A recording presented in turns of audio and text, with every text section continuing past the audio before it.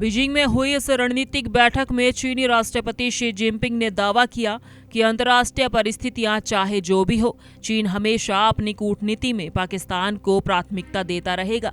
प्रधानमंत्री शहबाज शरीफ ने भी सुर से सुर मिलाते हुए दोनों देशों के संबंधों को आयरन ब्रदर्स का नाम दिया और कहा कि ऐसा रिश्ता दुनिया में कहीं और नहीं है। चीन दुनिया के बहुत कम देशों को अपना ऑल वेदर फ्रेंड मानता है और इस संकट की घड़ी में वो पाकिस्तान को अपने पाले में मजबूत रखना चाहता है। शी जिनपिंग ने ईरान और अमेरिका के बीच शांति वार्ता कराने की शहबाज शरीफ की कोशिशों की तारीफ भी की है। पाकिस्तान के लिए इस मध्यस्थता प्रक्रिया में चीन को साथ रखना बेहद जरूरी है, क्योंकि बीजिंग और तेहरान के आर्थिक संबंध बहुत मजबूत है।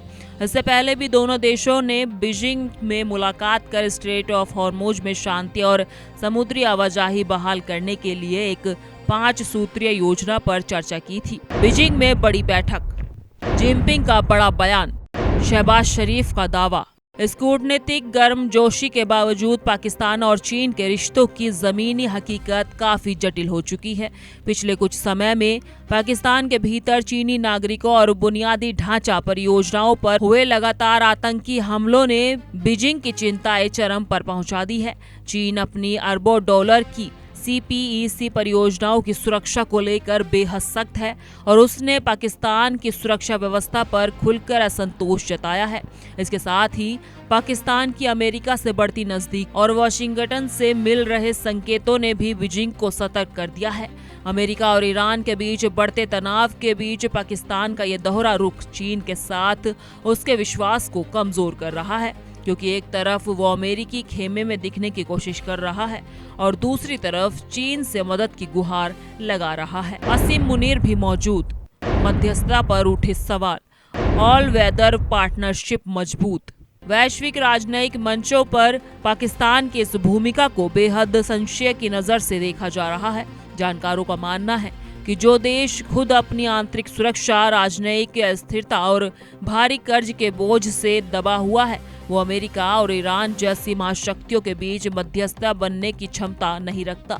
वाशिंगटन में भी पाकिस्तान की इस पहल को शक की निगाहों से देखा जा रहा है, क्योंकि उसकी अपनी नीतियां हमेशा स्थिर रही हैं।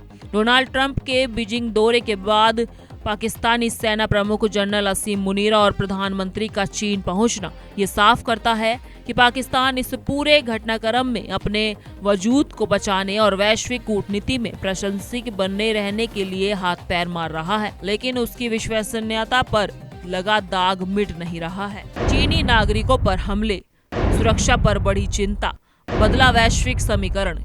इसी तरह बीजिंग में हुआ ये शक्ति प्रदर्शन ये साफ संकेत दे रहा है कि वैश्विक समीकरण तेजी से बदल रहे हैं।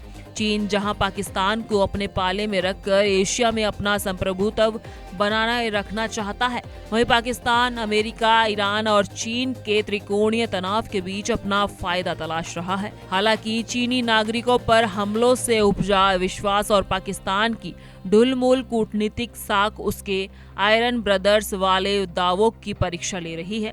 अब देखना ये होगा कि बीजिंग की इस बैठक के बाद मध्य पूर्व के तनाव और खुद पाकिस्तान की आंतरिक सुरक्षा पर क्या असर पड़ता है।